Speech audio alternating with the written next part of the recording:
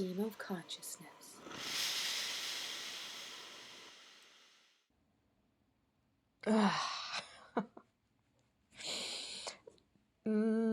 Yesterday I saw a hawk right outside my window. It just showed up.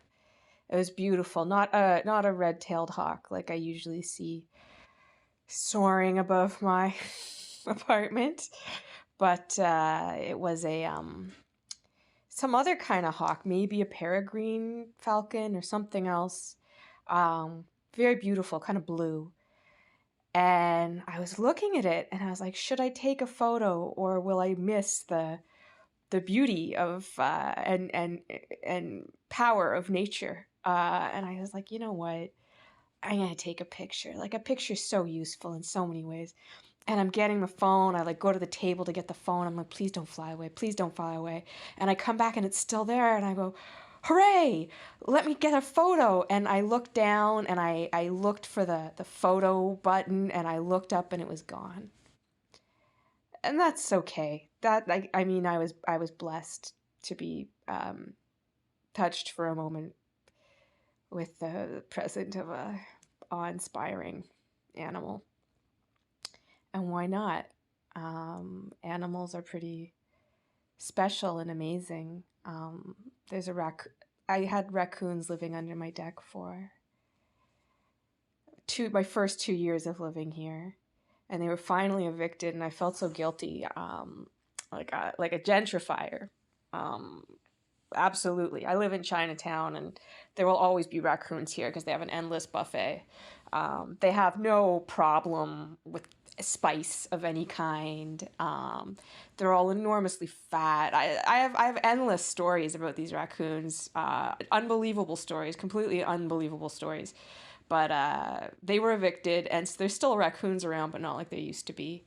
But this one, it's like a little mangy. It goes and hides in the corner sometimes. Disgusting. It started vomiting everywhere. And I called animal control. And, I called the city, and the woman at the city was very concerned. And she said, they'll call you back within the next 2 hours. And right away, animal control called me. We're in the middle of a pandemic, and animal control called me within 15 minutes. And, their advice to me was to poke it with a stick. I haven't done this in the past, maybe more out of a sense of disgust and fear than any sort of respect for the animal.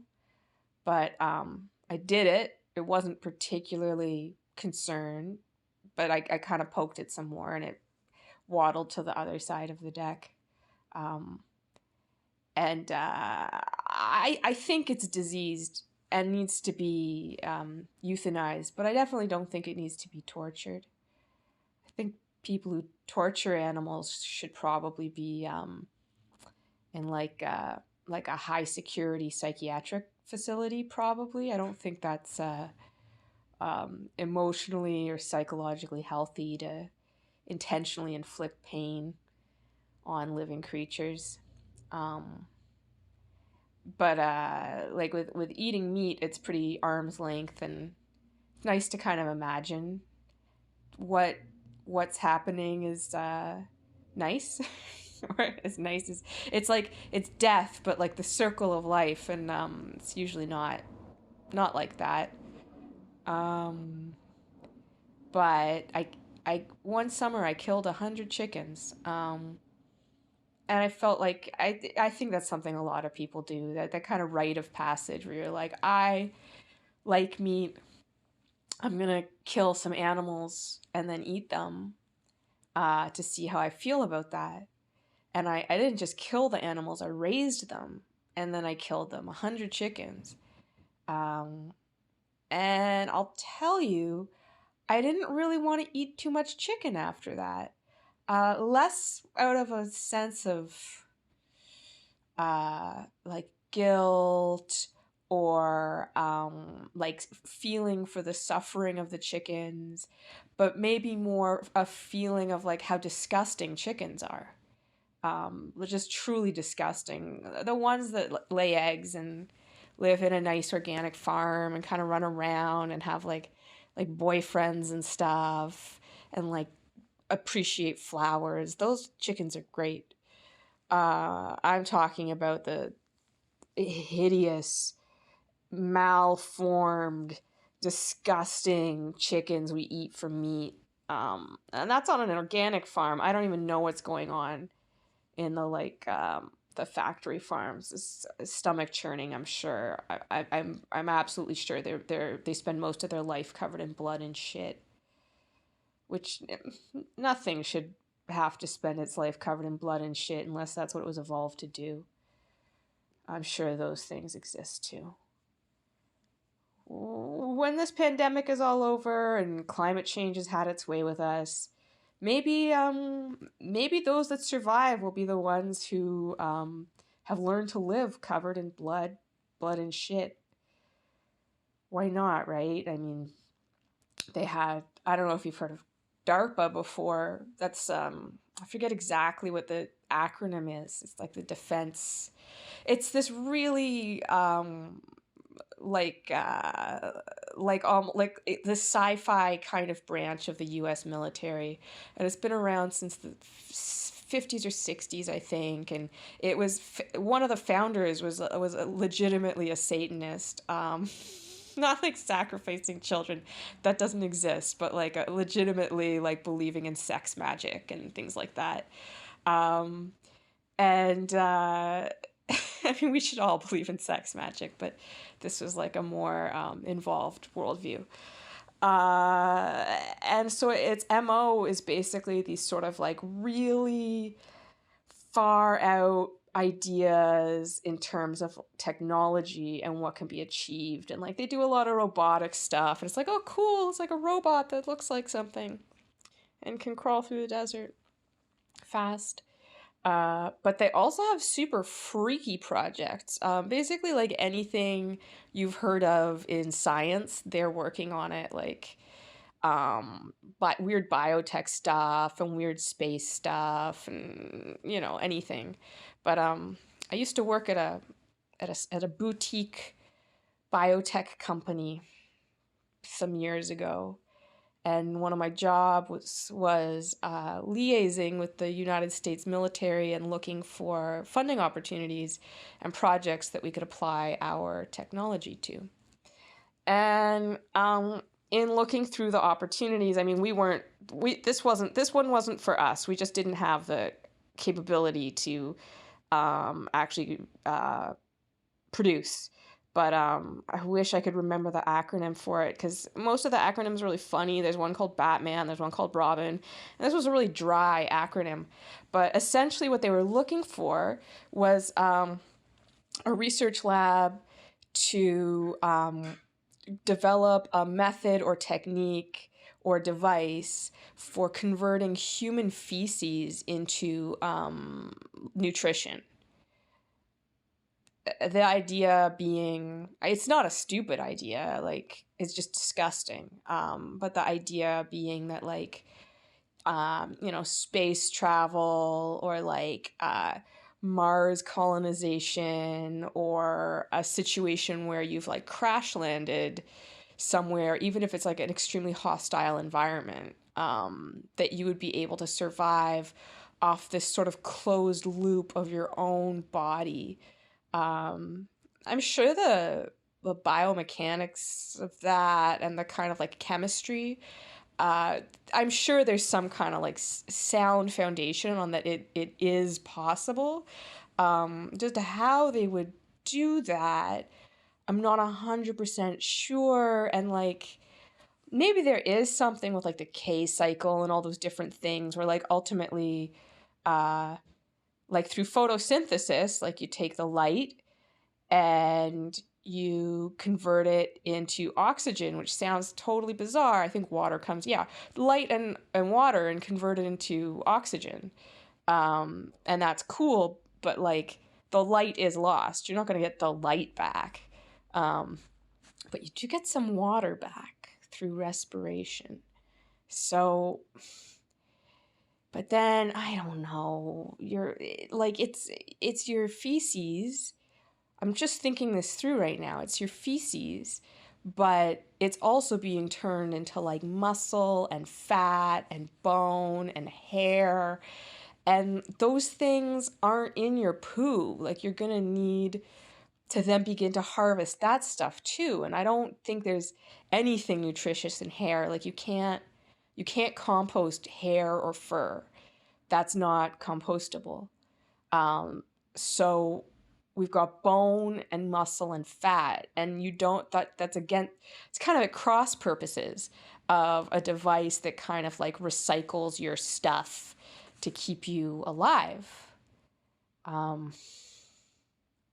Like desperate times, if you're in your like Mars pod with 4 other people you've grown to hate but simultaneously need, and all of the petty grievances and desires too, I'm sure they're all wrapped up in this way where you can't leave. You just can't leave. And but you're all psychologically sound enough to know that ending up in some situation where it's a like killing each other, like who will survive, who will battle royale, who will come up on top and like have the others' bodies to consume until help arrives. Like, that's not how you want it to play out, even if you do find the way they eat or chew totally annoying, or whatever tick that you thought was very charming at the beginning is all of a sudden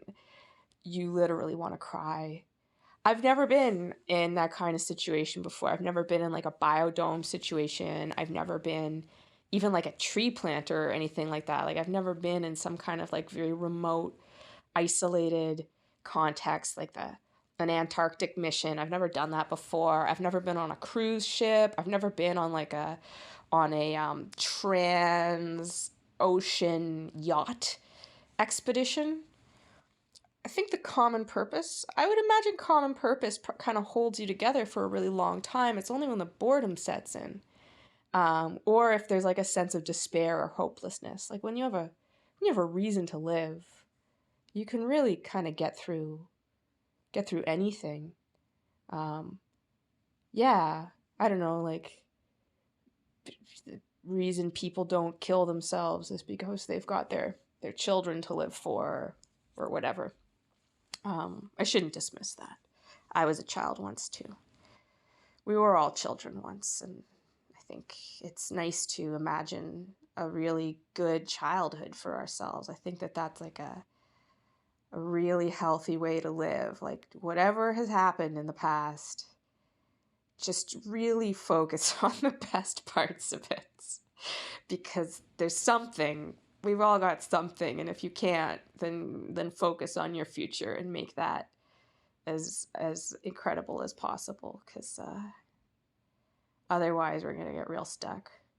A lot of people freaking out right now. I'm not freaking out. I'm actually doing really good. When I freak out, it's over like a very immediate and tangible thing, like my landlord and his hateful nature. But aside from that, I feel pretty good. But my life is also easy. I remind myself that every time. My life is easy. And no matter how bad things get, I don't know.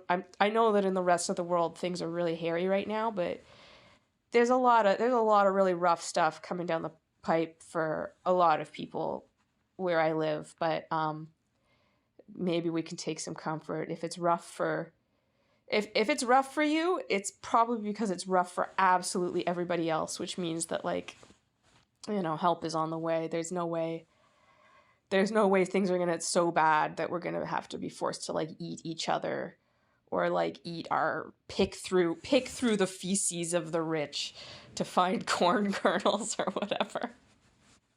I don't want to do that. That's so bad. And it's gonna be 0 degrees this weekend. It's we're into the first week of May, and it's 0 degrees. But we have a law in Ontario where I live, and that law is that your landlord is required to provide heat until June 1st, and that in normal times that sounds insane, but then things like this happen, and you're like, oh yeah, sometimes. Before June 1st, It's it's really cold. It's really, really cold, and you want the heat on. Even though the sun is up till like almost 10 o'clock at night now. That's how far north we are, and we're not even that far north. But it's cold. And that's still okay. I've got a sweater. I've got socks. I've got so many socks I don't even need to do laundry. The laundry's overflowing, and I'm okay. It's like food. I can live without.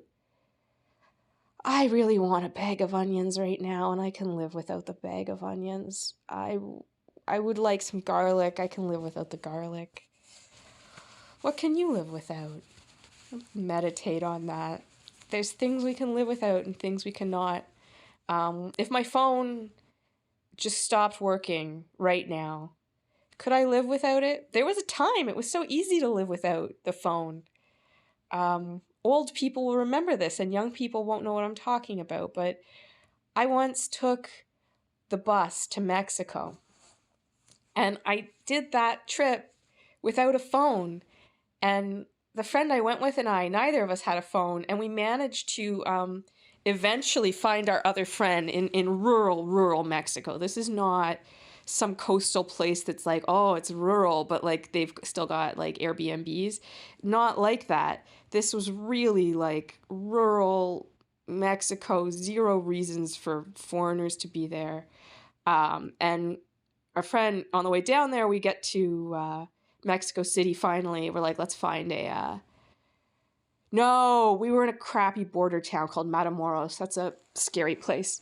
And we went to the internet cafe, and she was like, when you get to Mexico City, just get on the bus for Acapulco, and then when you get there, get in touch, and they'll tell you what's the next bus to take. And we're like, awesome, high fives. And this was just before the war started. We were there the year that Fox got elected, which is pretty incredible because people were like semi-excited. It was the first time that, oh God, I forget if he's the PRI or if the PRI was the other party. But basically it broke like a decades-long stranglehold on the Mexican federal governmental system by having Fox come in.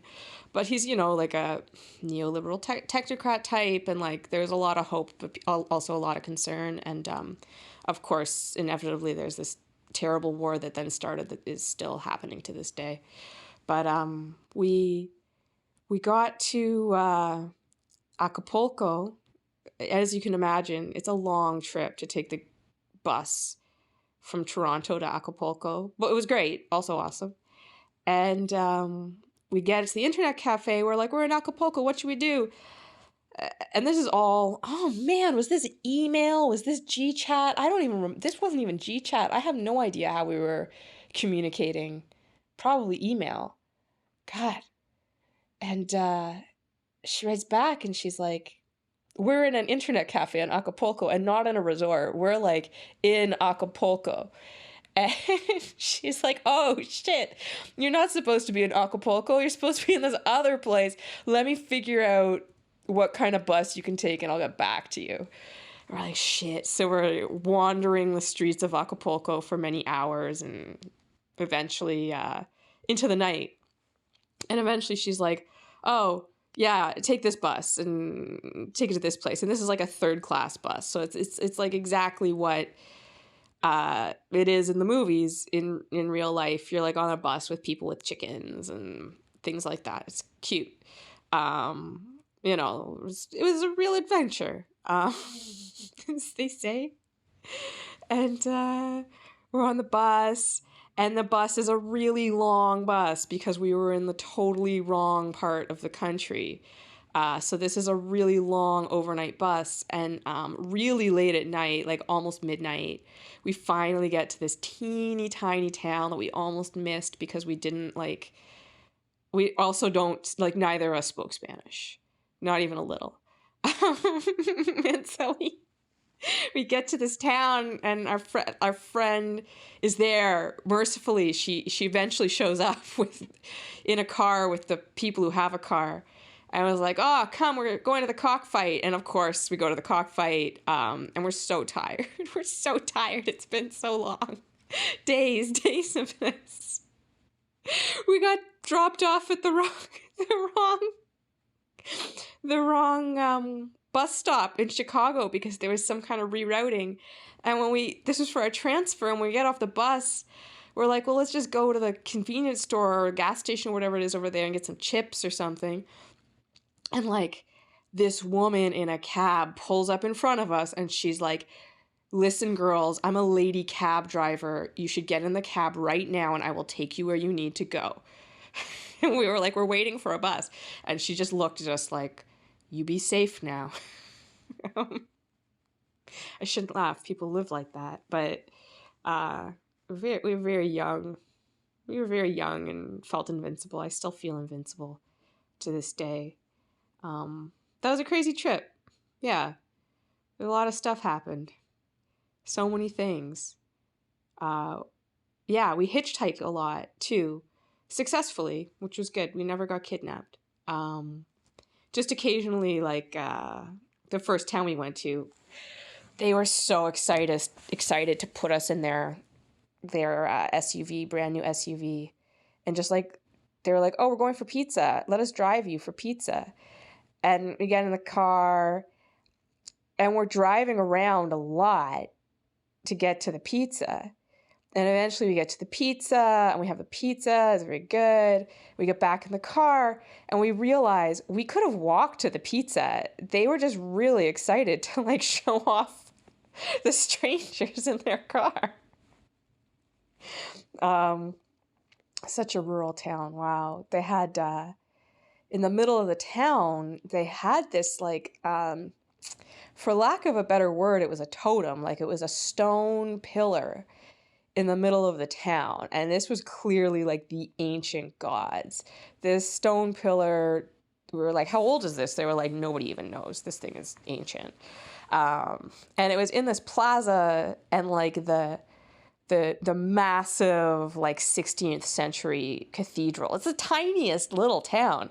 And they've got this massive 16th century cathedral facing this ancient pillar, which is like how all that stuff goes all across the planet that's been colonized. But it was just like extra in your face when it's a small place like that, because when it's like Mexico City, you don't see the ruins of the temple that the cathedral is built on top of, or even that like that church that's built on top of the pyramid. You don't really know that it's a pyramid unless you get the tour or read a book or something. But when it's like clearly like the local totem, and people really know that that's what it is, and you can see it. Anyway, that's cool. It's really cool. It's like so great that thing was never knocked over or buried. It's like even that kind of like big fancy church with like the bleed, like really gory, like the only like you only see in Mexico, that like extra gory statues in the churches. But it's like even this kind of like local cathedral has some respect for the old gods. I don't know.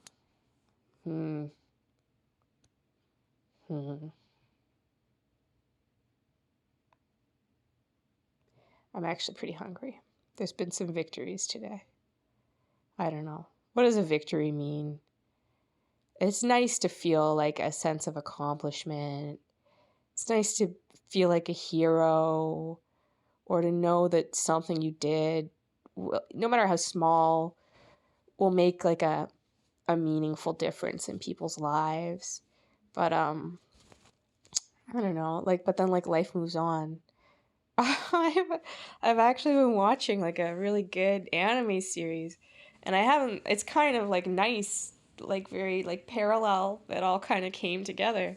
But it's about this superhero, and he is the most power superhero that has ever existed. And his superpower is that with just a single punch, he can take out any enemy, no matter how invincible they seemed. And this cyborg shows up, this like super powerful cyborg, and is like, please tell me the secret of your power because I need to grow stronger and I want to be your disciple.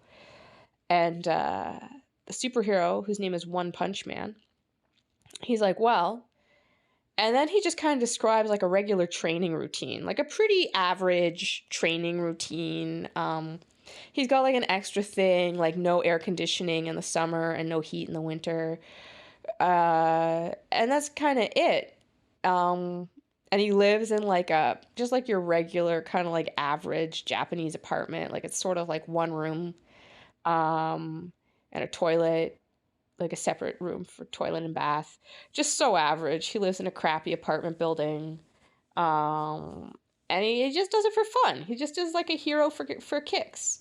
But then towards the end of the series, he discovers that there's like other heroes have been getting credit for his work, and like there's this association that sort of professionalizes heroes, and you can see he becomes a little like anxious and frustrated and like angry at times about this.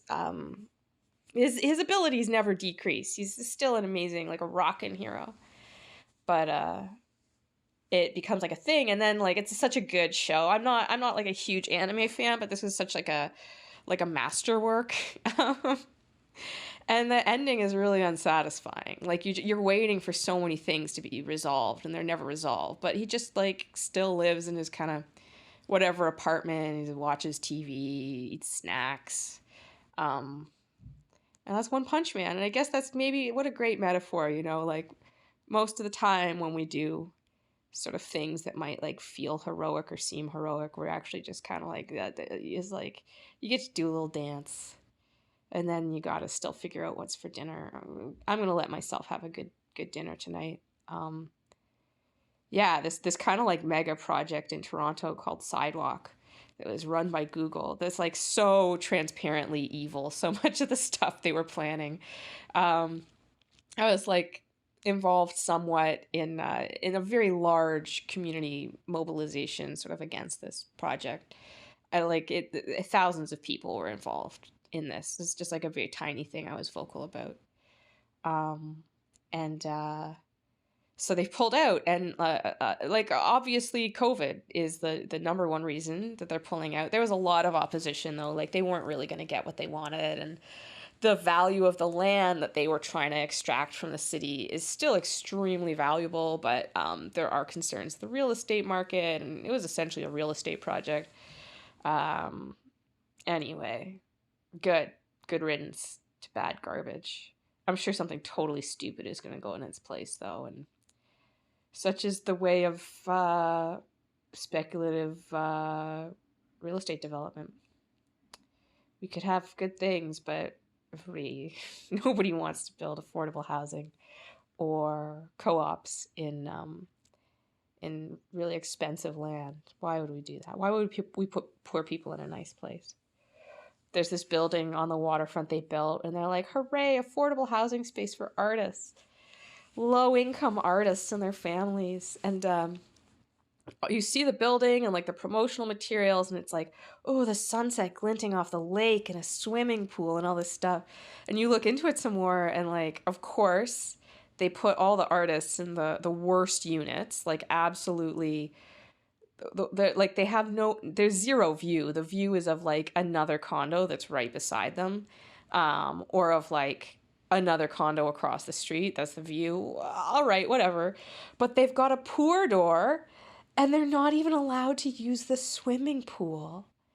And this isn't the waterfront, like there's a beach there. This is like an industrial area.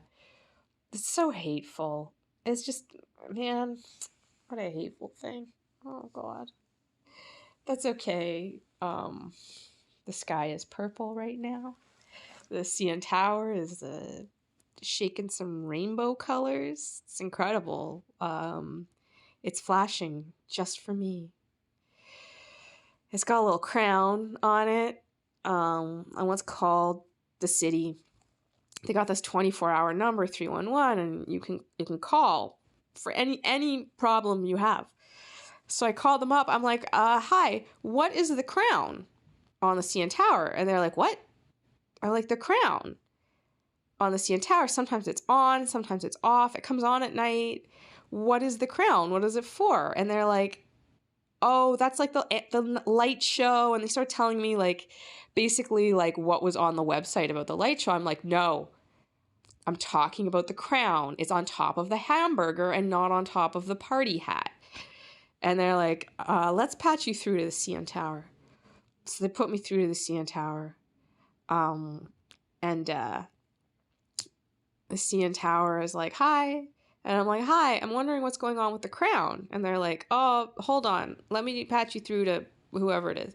And they patch me through to somebody else. And they're like, hello. I'm like, hi, I'm calling about the crown. Also, the city, like 311 had said, like, we'll look into it, but in the meanwhile. So, no, they didn't yet. No, they didn't. So I talked to them, and they're like, what crown? I'm like, the crown on top of the hamburger, not the party hat. And they're like, we don't know what that is. I'm like, oh, is there somebody else you can ask, like management or something? This was like 10:30 at night. So I'm very great. Like it was very kind of them to humor me. They're like, okay, well, we'll put in a note and, they can look into it during the day. I'm like, all right. So I call back 311. I'm like, hi. They had no answer for me, but like, do you guys know what's going on? And they're like, no. And I'm like, well, let me clearly describe to you. It's the crown on top of the hamburger, the big ball, not the little ball. And they were like, and it's not the lighting show. I'm like, no, it's only gold. It's a crown. It's a golden crown on the CN Tower. And sometimes it's on and sometimes it's off. And I want to know what the crown means. Did we win a sports game? And they're like, okay, what's your number? They took my number. They're like, we're going to see if we can figure anything out. We'll call you back. And I was like, thank you so much. And I'm pacing around my apartment. And I kid you not, they got back to me. And they were like, oh, that's the lighting for the edge walk. I'm like, oh,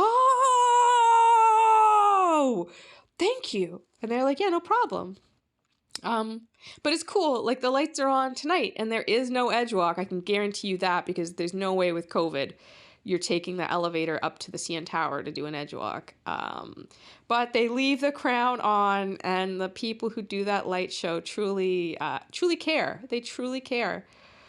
The lighting people, I bet you it's their dream job running that lighting show. And I would hope that the day they become jaded with it is the day that they quit. Yeah.